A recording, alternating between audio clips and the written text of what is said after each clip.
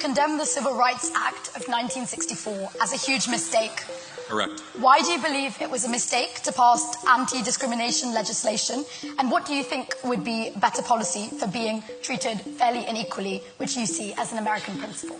Yeah, nothing against the intent, but it was too broadly written, and it played into something called disparate impact.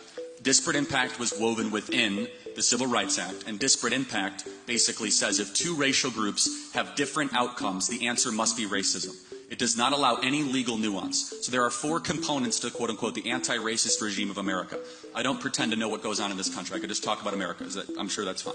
And it's four components: affirmative action, critical race theory, DEI, and disparate impact. Those are the kind of the four components. All of them have their subsection. The Civil Rights Act led the way to affirmative action, which is weaponized, quote-unquote, reverse racism against Asian and white people. And the Civil Rights Act also blazed the trail for disparate impact as a legal theory, basically saying that if black Americans are doing worse in a group, it might not be because of marital differences or cultural differences or single motherhood issues. It must be racism.